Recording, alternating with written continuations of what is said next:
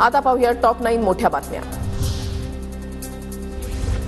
आधी मंत्रिमंडळ विस्ताराला वेळ घालवला, आता खाते वाटपासाठी वेळ घालवतायत। कोणासाठी किती खावं याची गोळाबेरीज सुरू असेल म्हणून खाते वाटपामध्ये विलंब, वडेट्टीवारांचा निशाणा।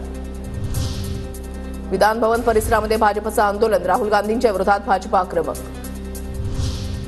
संसद परिसरात इंडिया आघाडीचं अमित शहांच्या वक्तव्याच्या विरोधात आंदोलन, विरोधकांकडून जोरदार घोषणाबाजी, शहांनी माफी मागायला पाहिजे, लंकेंची प्रतिक्रिया। शहांच्या जे पोटात होतं ते ओठावर आलं, शहांनी डॉक्टर बाबासाहेब आंबेडकरांचा अपमान केला, नाना पटोलेंचा हल्लाबोल। मोहन भागवतांच्या कान टोचण्याला अर्थ नाही, देशाचं नुकसान करण्याचं काम आरएसएसनं केलं, भागवतांच्या वक्तव्यावर राऊतांची प्रतिक्रिया। तर आधी आरोप केलेत, आता अजित पवारांना बौद्धिकाला बोलावतात, राऊतांची टीका।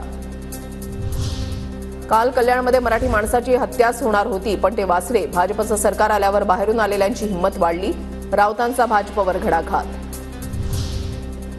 मुंबईतही मराठी माणसाला जागा नाकारण्यात येत आहे, शिवसेना म्हणून सरकारमध्ये नामर्द लोक बसलेत, कल्याणच्या घटनेनंतर राऊतांचा शिंदे गटावर निशाणा। कल्याणमध्ये मराठी माणसाला झालेल्या मारहाणीनंतर स्थानिक आक्रमक, मारहाण करणाऱ्या अखिलेश शुक्लाला अटक करण्याची स्थानिकांची मागणी, डीसीपी कार्यालयावर मोर्चा काढण्याचा इशारा।